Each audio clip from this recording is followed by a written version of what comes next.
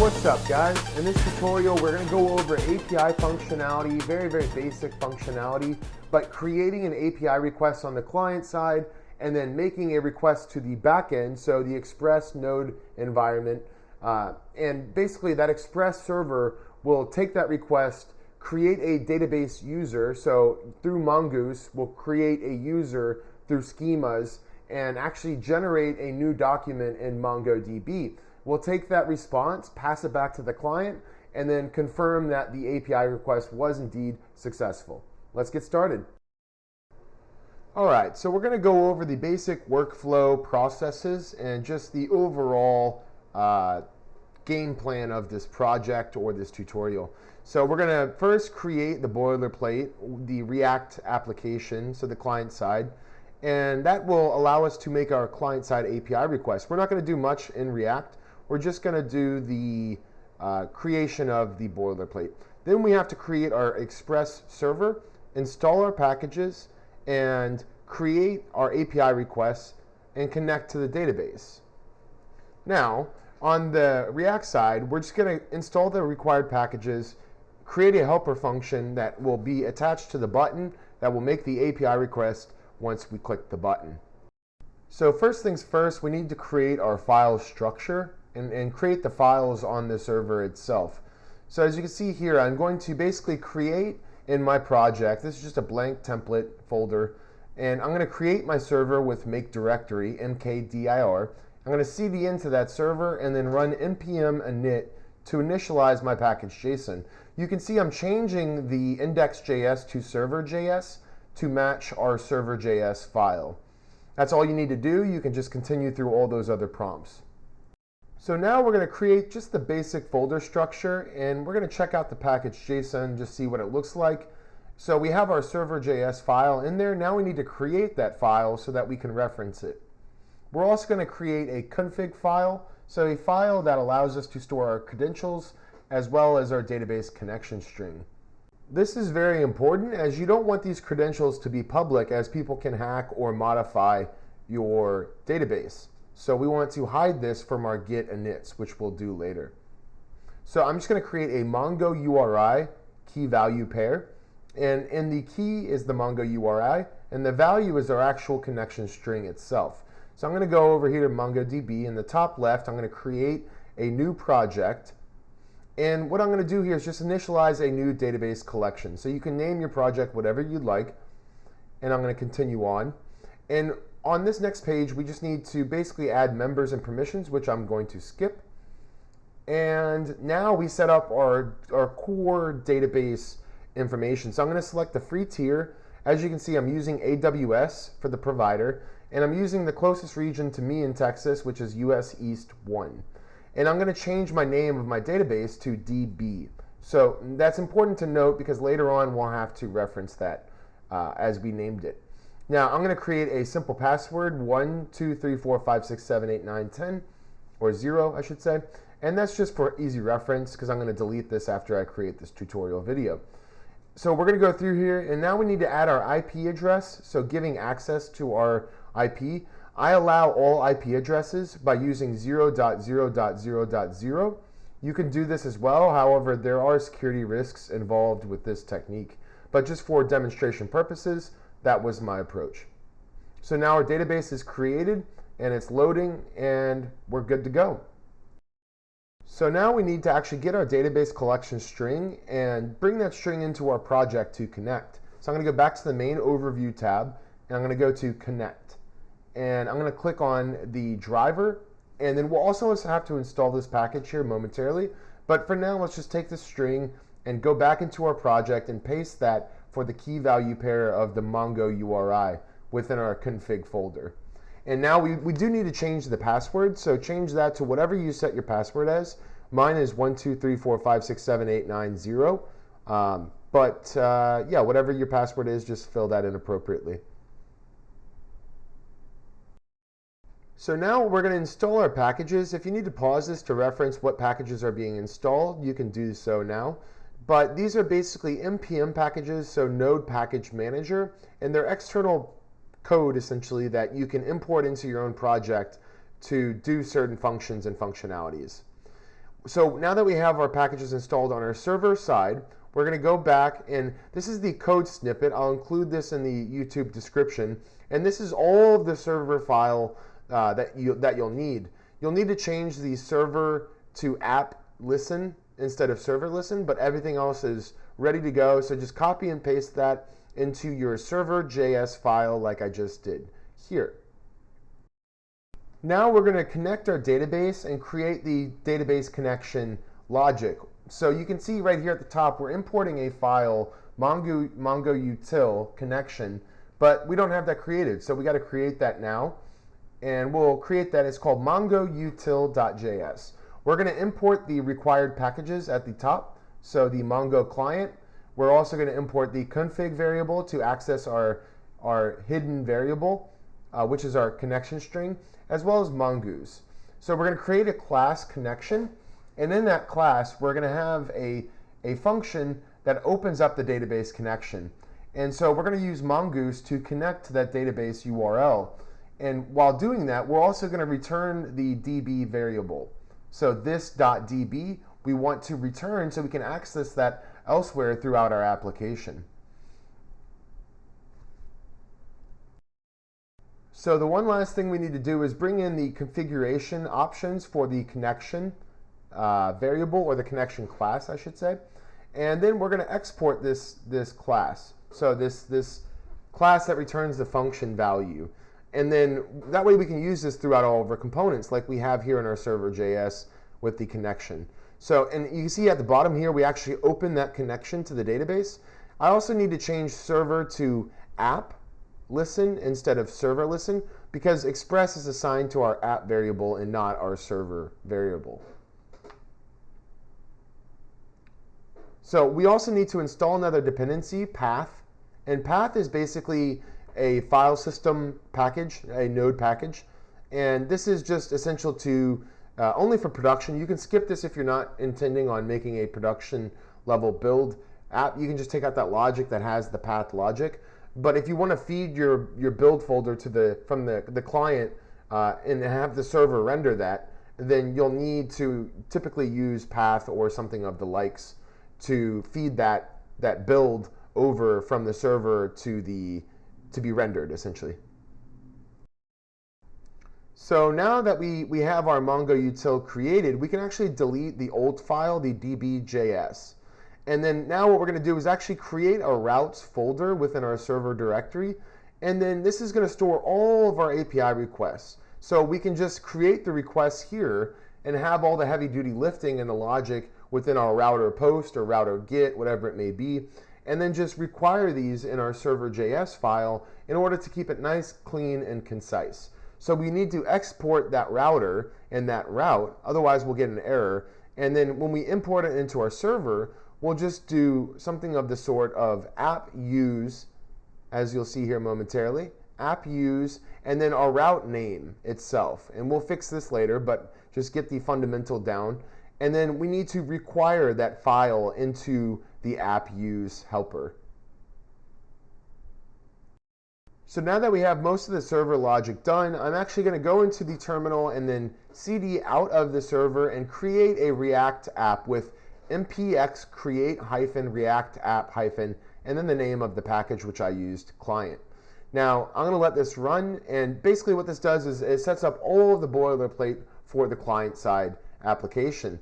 And we're not going to do much in React here. We're just going to create a button with a helper function with an API call associated with that button. And so in our app.js, you can see the folder structure here as I've highlighted.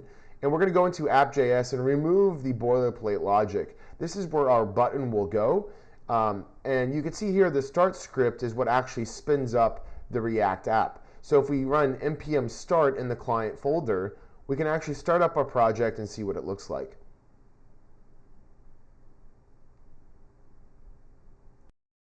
So now that we have our client side created, I actually want to create the nodemon script for the server. Nodemon allows a server to refresh on live changes. And you can see we only have one test script for that server. So we're going to write a start, and then we're going to enter nodemon server.js.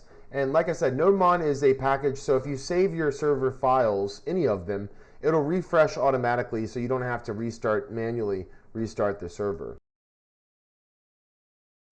So now I can see that NodeMon is indeed running as it should, and I actually want to do one better here in our package.json on our server file, and I want to add a concurrently script, which now allows us to basically start the server and the client concurrently with one script. So I'm going to add a dev tag to the scripts, and I'm going to add concurrently, and then it's going to be npm start for the server side, and then we actually need to run the client side's code as well. So we're going to go cd and then out one folder into the client, and then we're going to run and, so 2 ampersands, and then npm run start, which will start up the client side application as well. So this will run both the server and the client side with one single command.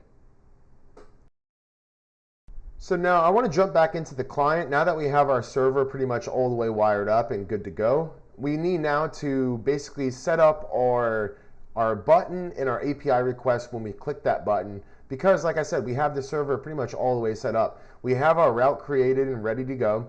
And so yeah, let's create that button. In our app.js folder, or file I should say, we're going to remove that existing logic and just add a button with a helper with the on-click handler of handle submission test. And that's going to be our function that we'll create here momentarily. And I'm just going to say click me for an API test. And right above that, I'm going to create a helper function with ES6 syntax, so ECMAScript 6. And this is going to be a fat arrow with using best practice essentially. And I'm going to do a console log click to make sure that did indeed register and was clicked. But we need to prevent the page from actually reloading when we click that button and refreshing. So that's what that prevent default is for. So I'm going to give this attempt. I'm just going to open up the dev console, and then I'm going to click it. And as you can see on the bottom left-hand side, we can see clicked our console logs. So our button is working without refreshing the page. All right, so now we're going to have to install our HTTP client. So the client that allows us to make requests. And that client we're going to use is Axios. It's a lightweight HTTP client. And so it's preferred. It's got, I think, 12 million downloads per week on NPM, the website. So just install that and then respin up your dev, run npm run dev to start your server and your client. And then when we do this, we can actually see in our client side that we need to actually add that data to the helper function. So I'm going to create a configuration object, and then I'm going to pass that to the Axios post command. And basically you can see we have HTTP localhost 5000. That's targeting our local host, our local machine at port 5000, and then the create new user is the actual API endpoint itself. So typically I do res data message equals and then whatever the string is returned from the server side. But you can just do res data and check if the main data was passed back. But I like this because it's a little bit more conditional and it checks to make sure that that exact res JSON message was sent. We also need to check the error if we do get an error and the catch of the try or the promise of that API request. Then last but not least, we need to import the Axios project itself at the very top. And then now we also want to add our configuration items. So I'm just going to hard code some items.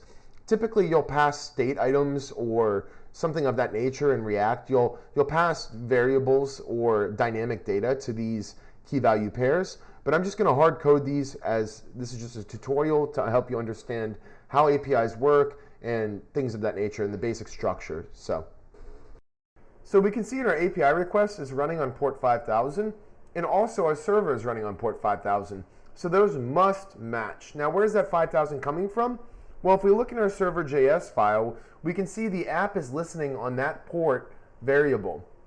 Now if we go up to the port variable, we can see it's process env port or 5000. And the process env port is if you're running on like a DigitalOcean droplet or some other port that is automated or automatically assigned. And then we concatenate the actual API request URL itself onto that base URL.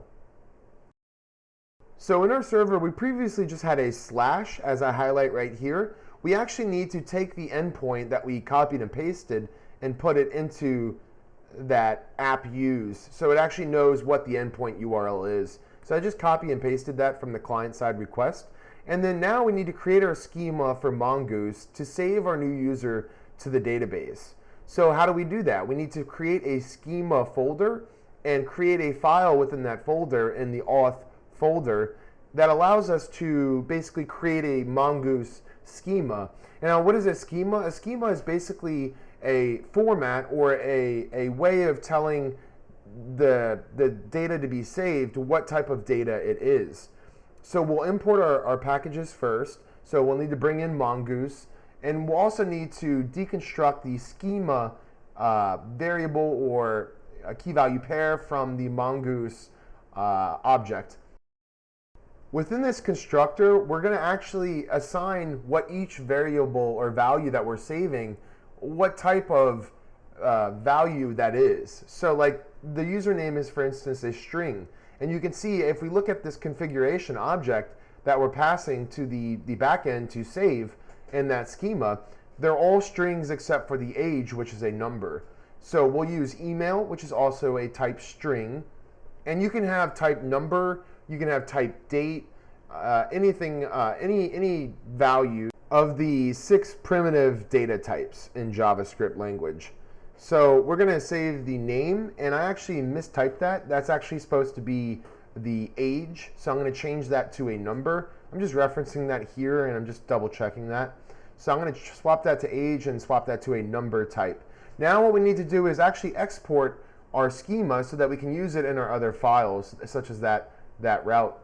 And so what I'm going to do is I'm going to do module exports, and then I'm going to give it a variable name, and then I'm going to do another equal sign to assign it to the Mongoose model, and this is what it saves the collection as in the database. So, and then we need to pass that variable that we created initially to the second argument of the Mongoose model.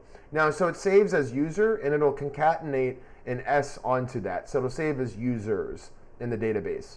And I'll show you that here momentarily, but we're now bringing that into our route, and we're going to build out our route in our schema design and the actual API request itself. So now we basically need to import that schema. We have it imported, and now we need to actually utilize it. So I'm going to create another variable, and then I'm going to assign it to that schema that we just created and imported. And then we need to do schema.save in order to save the information and check whether or not the information was appropriate, correct, and whether the request was successful or not. So we want to check for the error, and if there's no error, we want to check for the result, which means there was indeed a success. Now, so you might be wondering, where are these values coming from that we store in the schema? Well, we're going to grab those from the client here momentarily, but first we need to send a res JSON and send a message back to the client. So I'm going to go to the client and copy that res data message, and you can see that's the exact string that we're looking for upon a successful message. So I'm going to copy that and then paste that into the res JSON message so that it matches identically to what we're looking for on the client side as a response. I'm now going to go back to the client once more, and I'm going to actually copy the configuration key value pairs because we need those keys from those key value pairs. So like what I've highlighted right there, we could just copy each one individually, but I'm going to just copy the whole object and remove the values from those key value pairs. And we're going to deconstruct that from the rec body. So notice when you do a post request, it's going to be rec body, which is the first argument in the callback of the router post. And if we have a GET request, it would be rec query. So you just got to pay attention to that and note the special differences between each API request. And that'll come with time and experience, so don't worry. All right, so now we need to check our work and see if this actually works. So I'm going to go to the MongoDB database, and you can see there's a collection, but it's empty. So we can see the collection name users from our schema. And if we go into the schema file, you can see we saved user, and it concatenates the S to users. So you'll have multiple or plural. So we test the button, but we get an error in the API, right? And that's not good. So what is that error? Save is deprecated basically, and we can no longer use that. So what we'll have to do here is actually take that conditional, copy and paste it, and basically do async await. Async await is a promise-based form of programming where essentially you wait for the response to finish before proceeding with the rest of the logic. So we need to add an await before that save, and then an async at the top to allow it to be asynchronous. And then we're going to check if the result does not exist, then we're going to log the error, and then we need to remove that error variable because there's no error variable anymore. And then if it was successful, we'll log the result. So as we can see, our result was successful, and we still need to check the database, but we got a response back. And if we reload the database, we can see that we have a new user saved with our hard-coded data. And you can see each of the key value pairs are there, and it did what we wanted. So this is how you build APIs, a very simple back-end API communicating from the client to the server.